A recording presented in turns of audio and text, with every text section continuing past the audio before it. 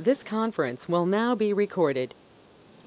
Okay, so we're focusing on the GA800 I/O, input-output capability, with reference to our eventual discussions about using the GA800's onboard PLC capability to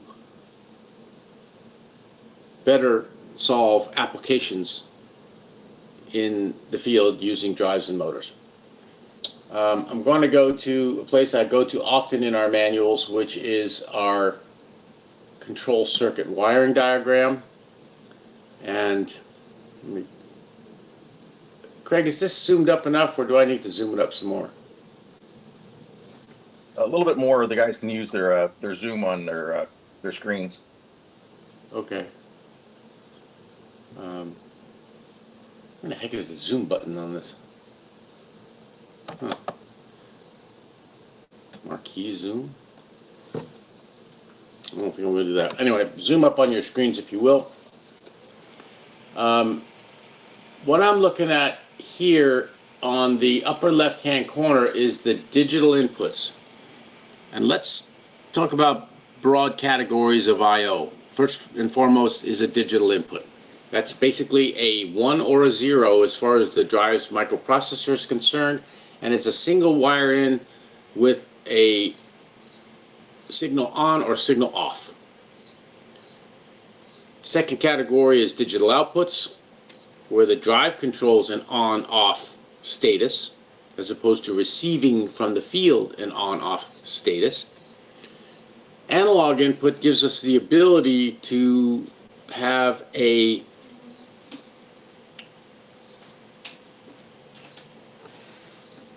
infinitely varying, theoretically infinitely varying signal based on some occurrence in the field, such as tank level, pressure, flow, temperature, etc. Strain gauges, for example, how much torque is being applied to a torsion arm, how much force is being applied to a lever. These strain gauges have the ability to output analog outputs. Now, it's infinitely variable based on what we're measuring, limited by the resolution of the analog to digital conversion that goes on, and our analog to digital resolution is 12 bits. Correct me if I'm wrong, Craig. I think it's 12 bits on the input. And then the fourth category is analog outputs, where we send a variable signal proportional to something out to the another device connected to us in the system. We then have a pulse input, and we have a pulse output. These are typically used in flow meters that send us a pulse train, and the frequency of the pulse train is proportional to the flow. And that is pretty much our hardware I/O capability. And then we have a very significant second capability that accesses from the drive via a serial connection, either RS-485 or some Ethernet based connection, and that is our serial communication to our data registers. Remember I said earlier that an analog signal can come in, it's converted via an analog to digital circuit in the drive into a number. Well, there's another way to put that number into the drive's computer, and that is to just send it in via serial comm. So if you want, in the simplest form, to have an analog 0 to 10 volt signal controlling the velocity of the drive, 0 being 0 speed, 10 volts being full speed as defined in E104 parameter, which is our maximum frequency, say 60 hertz for the most part, although we can do 1,000 hertz there if you wanted high speed. So 0 to 10 volts equals 0 to full speed. And then we decide to change our mind, and we say, no, we really don't want to use an analog input. We still have to put that number in front of the processor so that the processor knows how fast to go. And that's what the alternative for that is our serial input, which is a significant I/O capability. We can communicate in and we can communicate out with direct numbers. So that's the I/O layout of the drive. Now, from S1 through S8, those are 8 digital inputs that are programmable via H101 through H108. And I'm not going to get into the deep weeds on details here. This is more of an overview. But the H parameters, H1's for digital inputs, H2's for digital outputs, H3 for analog inputs, H4's for analog outputs, are where you program our hardware I/O on the drive. So if I go down to parameter list, and there's our H parameters. You'll see digital inputs, digital outputs, analog outputs. There's how we set up our serial communication. There's our pulse train. And I actually have no idea what that is. What the heck is an MFIO, Craig? Guess only one way to find out. Yep, sorry, I was off doing something else. Multifunction. Oh, I know what this is. I forgot all about this. This is an interesting capability in our digital I/O programming on the drive, where you can actually assign a second function to a digital input, such that when you actuate that input, you turn it from a 0 to the 1 status in as far as the computer in the drive is concerned. You execute the primary function. Let's take S1 for example. You have a primary function defined in H101. You can have a secondary function defined in the MFIO parameters in H7 that executes at the same time. I'd forgotten all about this. I don't know why you'd ever use it, to be perfectly honest with you. I think it's kind of interesting to talk about. I've never used it. Obviously not. I forgot about it. Have you ever used this one, Craig? No, I have not. Not yet. Okay, well, we'll put a challenge out there to figure out who's the first one to use it. It'll probably be Kyle Coiner, but so we'll come up with a new Yaskawa golf shirt for the first person to submit a legitimate application using the H7 multifunction I/O capability of the GA800. So back to that control diagram in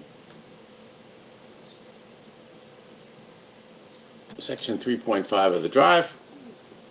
We go down a little bit and we get on the left hand side our A1, A2, and A3. Those are our analog inputs. They are configurable for 0 to 10 volt, plus or minus 10 volt, so 10 to 0, minus 10 to 0 to plus 10.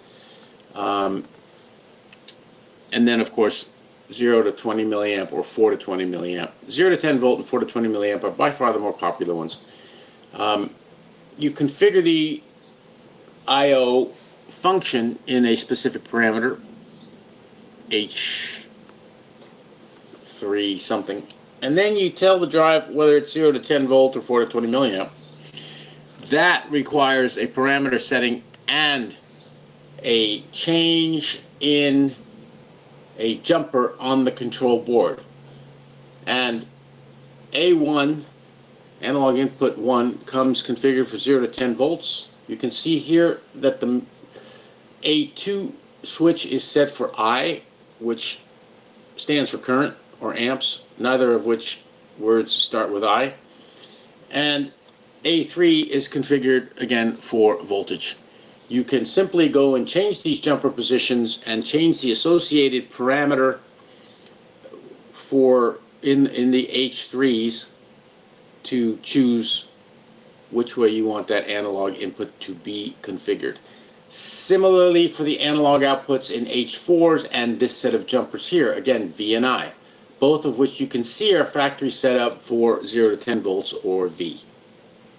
If you change one and not the other, you will screw things up and you will have to call us or figure it out yourself. I'm pretty sure you won't blow up the drive, so don't worry too much about that.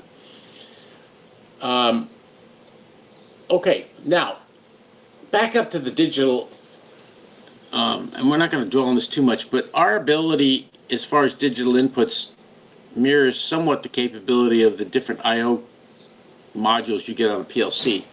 Standard, these are current syncing, which means these terminals, as far as the computer sees, so let's look at it from the center of the control board where the processor is, and it goes out and looks at S1 and it sees it riding high at 24 volts, and it knows that that means off. Nobody's turning that input on. If that input goes to 0 volts, the computer knows, oh, it's on. The output world is telling me to execute whatever S1 is programmed for. You do that by shorting S1 to SN, and that's called a current syncing circuit, or a syncing circuit. You can reverse that and have all the I/O run at 0 volts and pull them up to 24 volts to execute them by some jumper arrangements here and a change in, I guess, this dip switch, I think. We're not going to go into the details of that, but now we can become a current sourcing I/O, digital I/O deck between S1 and S8. That's important to know. Most of the time you're going to just use our standard configuration, but there are times when you're going to want to go to current sourcing. There is an ability to use an external power supply to trigger our I/O also. Again, I'm just making you aware of this because this is an overview session. We can get into the weeds later, or you can call up and specifically ask us, or go to Solution Center and pull up the article on it. But that capability exists. So there we have our hard I/O, digital inputs, digital outputs, analog inputs, analog outputs, and the input and output pulse train. We also, for the sake of completeness, have a power supply on the GA800 that has a 700 milliamp. No, it's not 700 milliamps. What am I saying? Must be out of my mind. How many? It's 150 milliamps, I think. 150. Yeah, it's enough to run a laptop. It's enough to run any sensor. Probably run a couple of sensors off of that. Other than that, plug in your own 24-volt power supply. We also have the capability, and this is important when you start getting into these networked, application-oriented configurations of the drive. We have the ability to keep the drive's control deck alive when the main power goes out. Now, it's been a long-standing advantage of Yaskawa that when you, and it's been sort of a policy of Yaskawa, not to trust anybody else's power supplies.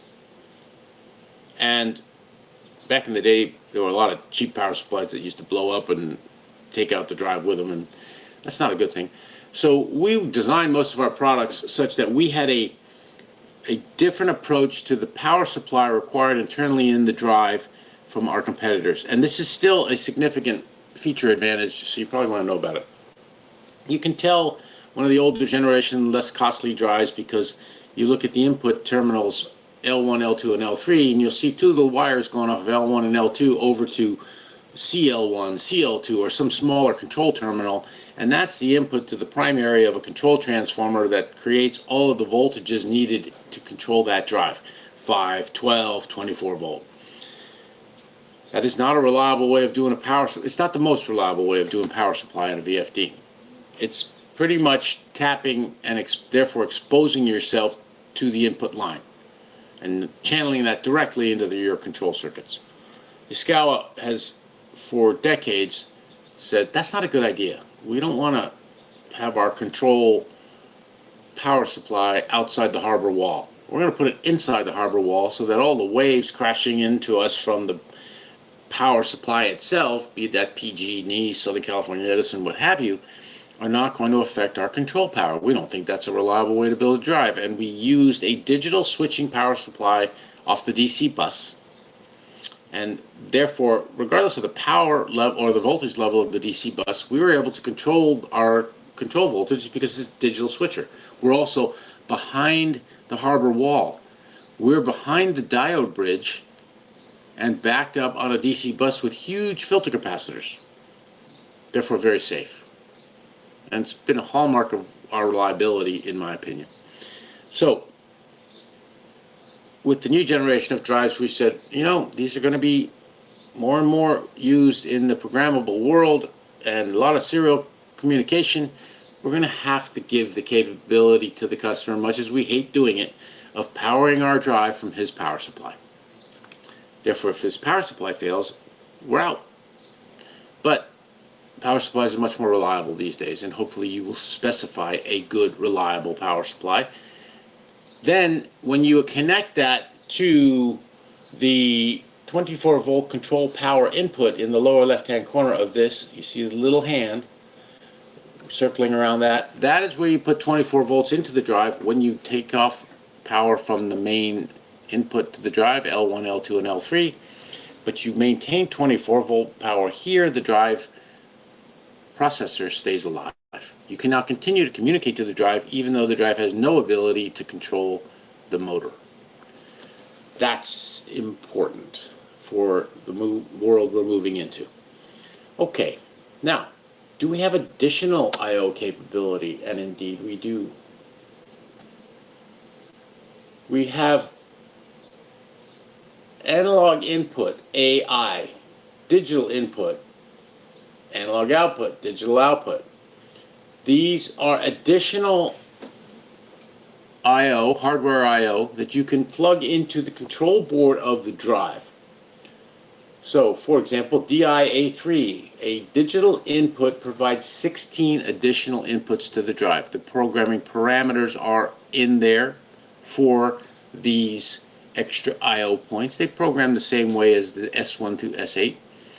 And they are available to you for the most part in the DriveWorks EZ class, which we will teach in a few weeks. The other important input for the vast majority of our precision motor control applications, which I'm going to throw into the bucket and call it induction servo, are the feedback options. We're getting better at this. We're not the best here. We have a super reliable PGX3 card, which takes the standard quadrature input from an incremental encoder back into the drive, allows you to close the loop around the motor, commutated in a way that allows you to produce full torque at zero speed, commutated in a way that allows you to control it via a torque signal versus a velocity signal. Very important in winding applications. And it's a super reliable and relatively price point effective option. It's limited to 300 kilohertz, so on a 60 hertz application, you don't want to really use much more than whatever the math says. But it's a standard 1024 pulse per rev encoder, which is 1024 quadrature pulses, and therefore 4 times that total pulses per second is well within the range. You can probably go to 4 or 5 times that and still be within the range. When you start getting into high-speed applications, you got to do the math, because you could jam too many pulses per second into the drive, and the drive will not be able to see the individual pulses at that point.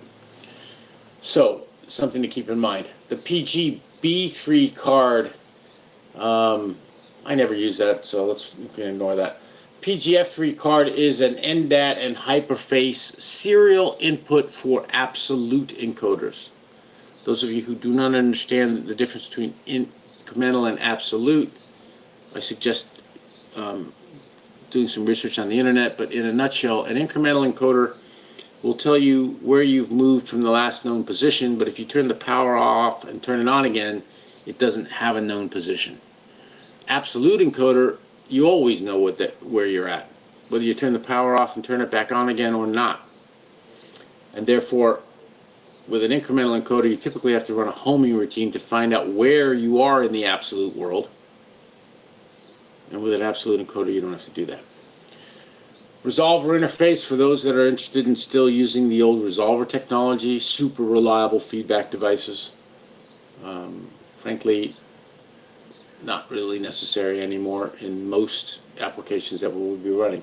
So that's another very important input in terms of our application capability on the GA800. By the way,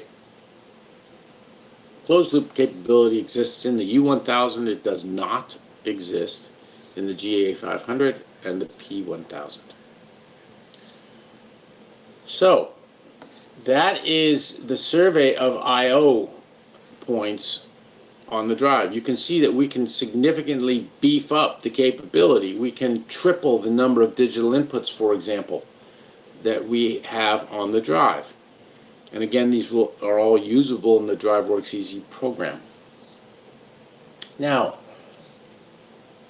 in my opinion, we need more capability in the closed loop arena. We need a BIS-C and an SIS. I think those are the other two serial absolute encoder interfaces. Again, serial, right? SSI, thank you, Kyle. We don't have that capability at Yaskawa yet. If you run into that, talk to me. There are other ways to do it via third party, but we have some propagation delays, so you really are going to need to explore that in detail. But the absolute encoder is an important tool for a lot of the applications that we want to attack. Hyperface and NDAT tend to be Heidenhain based and supported serial protocols for absolute encoder feedback. BIS-C and SSI are more generic to the marketplace.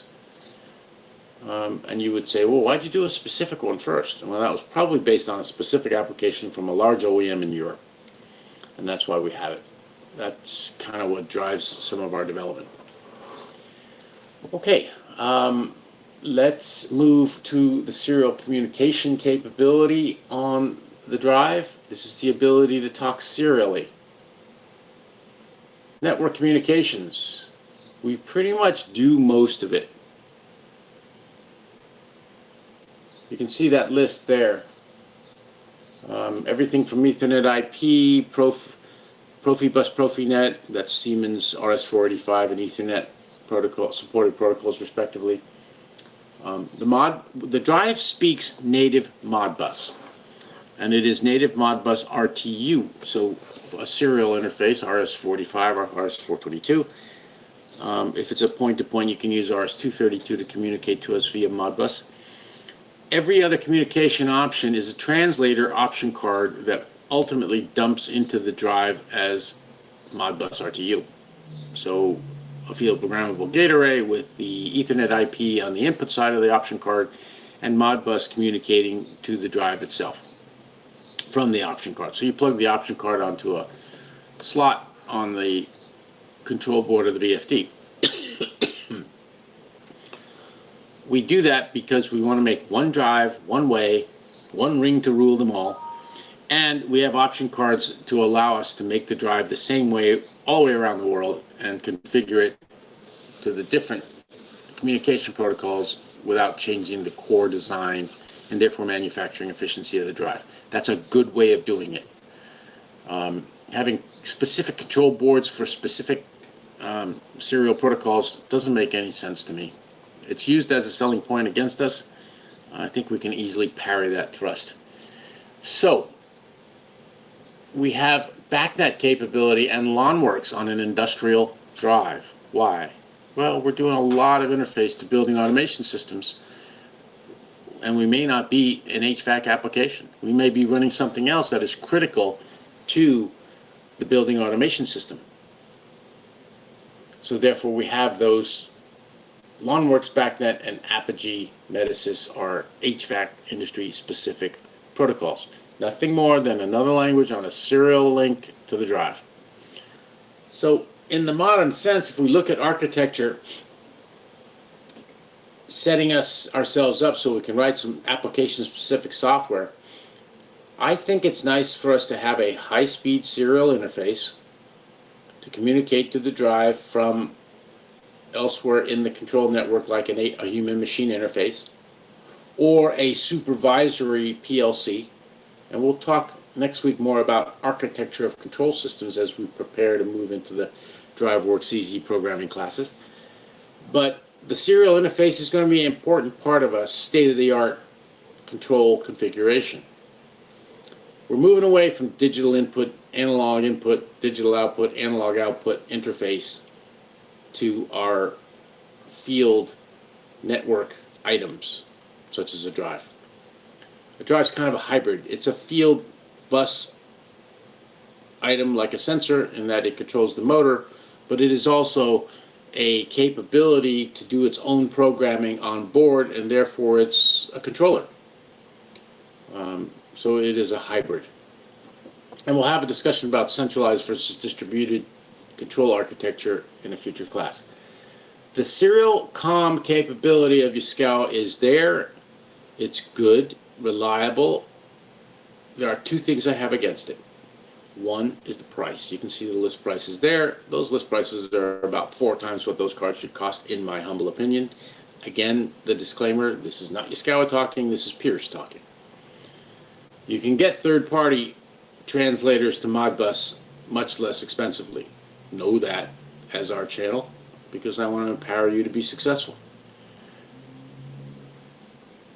We have limited capability as a motion control node in some of these networks like EtherCAT. We could have done better. Our EtherCAT implementation on the servo side in the servo division is second to none. It's excellent, in my opinion. Our EtherCAT implementation in terms of the drive product, we do not show up on the network as a motion control node, which severely limits us to function as an induction servo.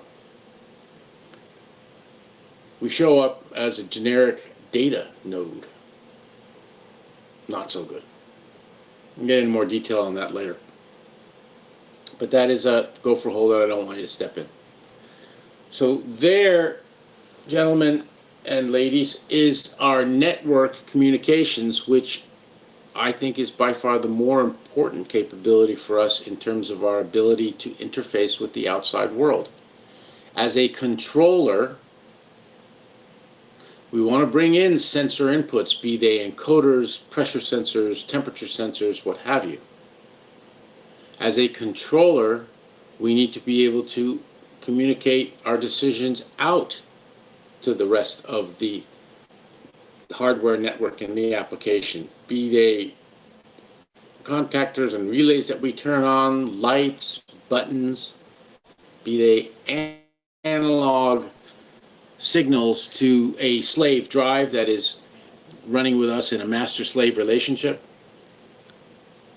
And if we put all those devices, sensors, slave drives, etc., on a network, we would communicate to them via the network. Instead of the analog and digital, digital being a 1 and 0, analog being 0 to whatever 2 to the 12th is, in terms of a number, we just send the number directly down the serial communication pipeline.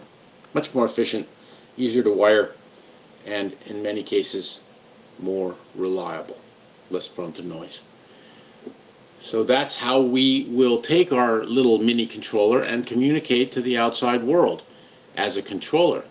What if we are a controller but we're sub to a master controller or an upper level controller somewhere else in the network? Then our serial interface capability is extremely important, because that's how that controller is going to probably communicate to us. Yes, a host PLC can communicate to us still via the digital analog world. But as you can see, we have a limited number of digital inputs, 8 plus 16.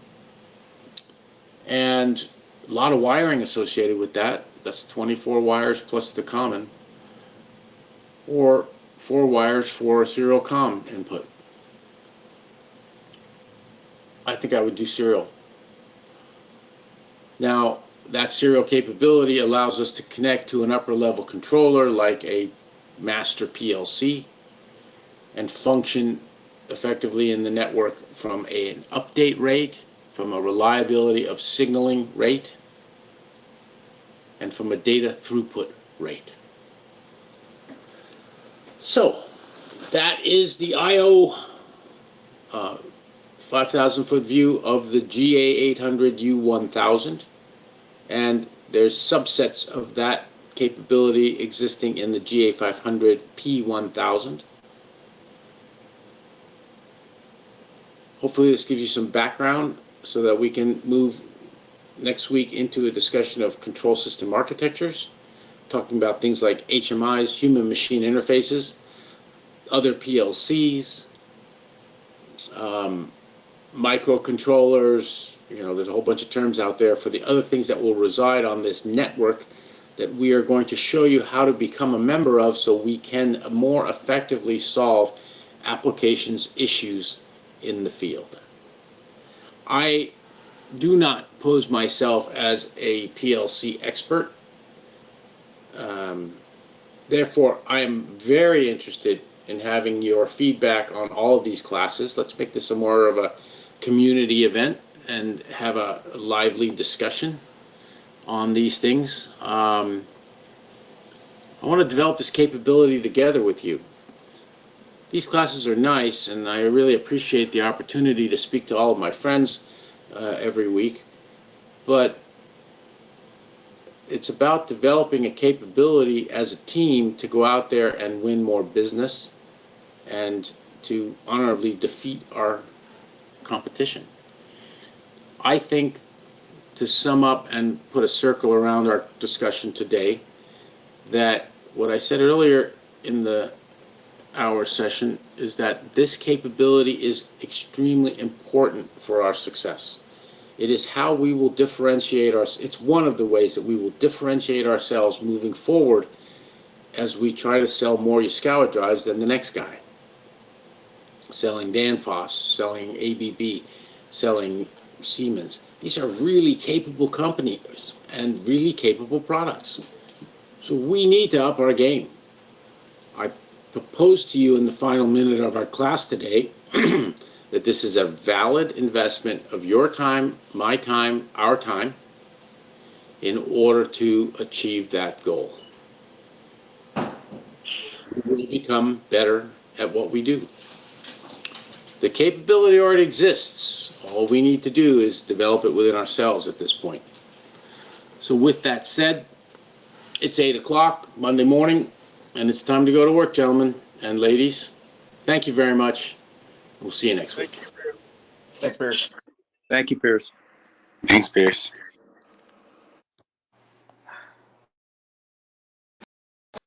Thanks, Pierce.